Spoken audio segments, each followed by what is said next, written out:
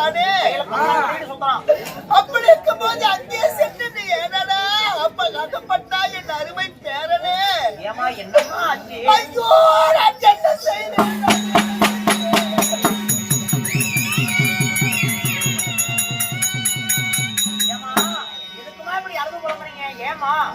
என் பேரன் குணசீலன் ராஜமலை கோட்டைக்கு சென்று அங்கே இருக்கக்கூடிய ஒரு பெண்ணை களவாடி விட்டானா. சரி, அதனால்தான் அநியாயமாக பாண்டவர்களுக்கு திறமை இருந்தால் பேரனை வந்து அழைத்து கொண்டு போகலாம். இல்லை என்றால் உன் பேரனை உயிரோடு பார்க்க முடியாது என்பதற்காக பழைய பகையை மனதில் வைத்துக் கொண்டு என் பேரனை சித்திரவதை செய்கிறார். அப்பா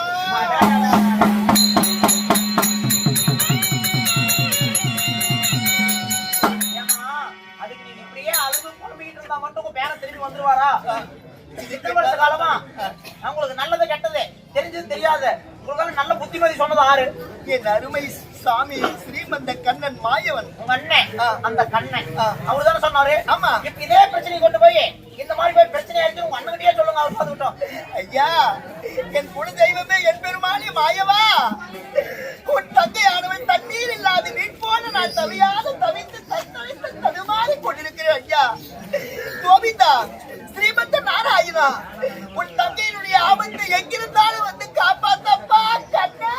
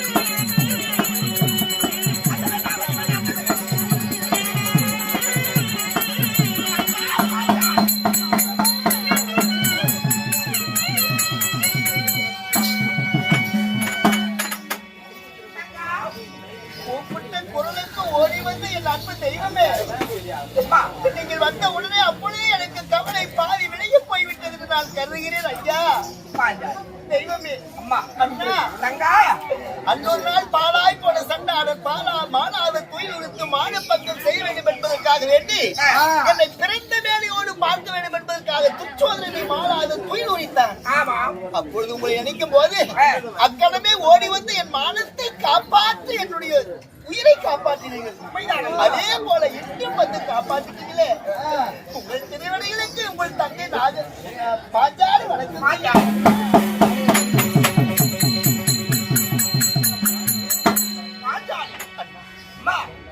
என்னம்மா ஆயிற்று? ஏது காரணம்? என்ன இப்படி நீ புலம்பிக் கொண்டிருக்கிறாய்? கவலையோடு இருக்கிறாய்? தெய்வமே, சக்கராயுதமலை கோட்டைக்கு அதிபதியாக இருக்கின்ற அந்த கெட்டக்காரனாகிய மதிசூர் என்று சொல்லக்கூடியவன் ஏற்கனவே பழைய பகையெல்லாம் மனிதன் வைத்துக் கொண்டு என் பேரனாகிய குணசீலனை பத்தாவனம் பறிக்கு சென்றவனை கைப்பிடியாக பிடித்து அவனை சித்திரவதை செய்து முன்கட்டு பின்கட்டாக கட்டி பாதாள சிறையிலே போட்டு சித்திரவதை செய்கிறான்.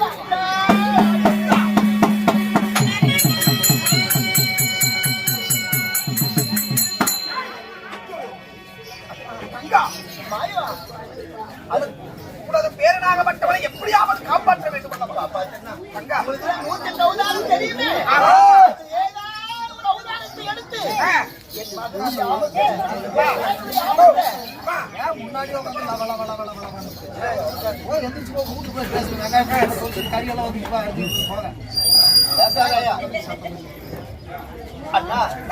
பேரனை அநியாயமாக சிறைமேட்டி சென்று விட்டான். உங்களுக்கு 108 அவதாரம் தெரியுமே, அந்த 108 அவதாரத்தில் ஏதாவது ஒரு அவதாரம் எடுத்து அந்த பாவையாகிய சண்டாளனை கொண்டு முடித்து விட்டு என் பேரனை என்கிட்ட கொண்டு வந்து ஒப்படைக்காவிட்டால் நான் உயிரோடு இருக்க மாட்டேன். கண்ணா,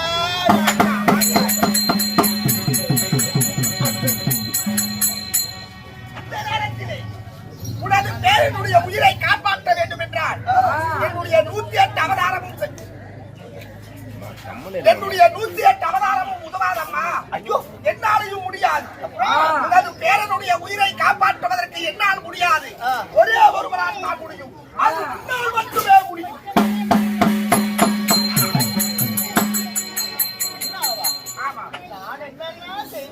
ஒரு பெண் ஆமாம். அவ்வளவு பெரிய அகண்ட மார்பு, நீண்ட புஜம், கருத்து மீசை, வெளுத்த கண்கள் படித்த அழகான விஷம் போன்ற தீர படித்த புதுமல மராக்கில் படித்த அந்த மகேஸ்வரனை என்ன செய்ய முடியும் அண்ணா? தங்கா, ஐயோ இப்பொழுது ஒரு பாட்டாளி. ஆனால் நீ யாருடைய அவதாரம் என்று தெரியுமா?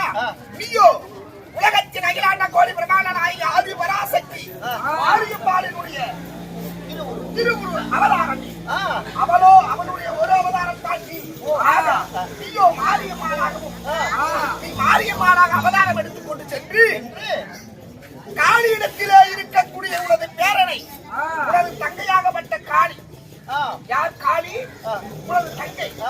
தங்கையிடத்திலே அம்மா நீ பேரனை தாய் என்று கேட்டால் அவன் நிச்சயம் தருவாள் அம்மா. அதனாலே நீ இப்பொழுதே மாரியம்மாளாக அவதாரம் எடுத்து சென்று காளியம்மாள் எடுத்து உன் பேரனை கேட்டுப்பார். சிறை வச்சிருக்கிறான். அங்க போய் கேட்டா போயிருக்கு.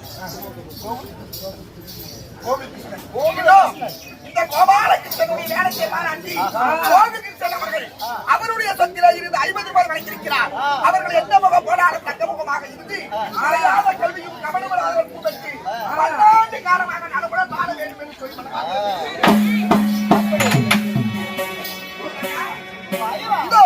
இப்பொழுதே நீ மாரியம்மாளாக அவதாரம் எடுத்துவா. அப்ப நீங்க சொல்வதை பார்த்தால் அந்த மதிசூர் இடத்தில் இப்படி எல்லாம் சென்றால் முடியாது. நான் பாஞ்சாலியாக இருக்கக்கூடிய நான் மாரியம்மாளாக உருவெடுத்து சென்று அந்த மதிசூர் இடத்திலே கெஞ்சி கேட்டால் நிச்சயமாக தருவான் என்று சொல்கிறீர்களா? அப்படி தராவிட்டால் நீ அந்த நேரத்தில் என்னை அழைத்து பார், நான் இருக்கிறேன். தக்க நேரத்தில் வந்து உதவி செய்கிறேன். ஆகட்டும் அண்ணா, போய் வா. போய் வா அண்ணா. அதுவரை நீங்கள் சத்துமாரிக்கு போய்விடாதீர்கள்.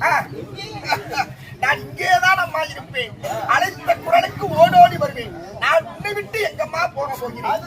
எங்குமே இருப்பேன். கவலைப்படாத.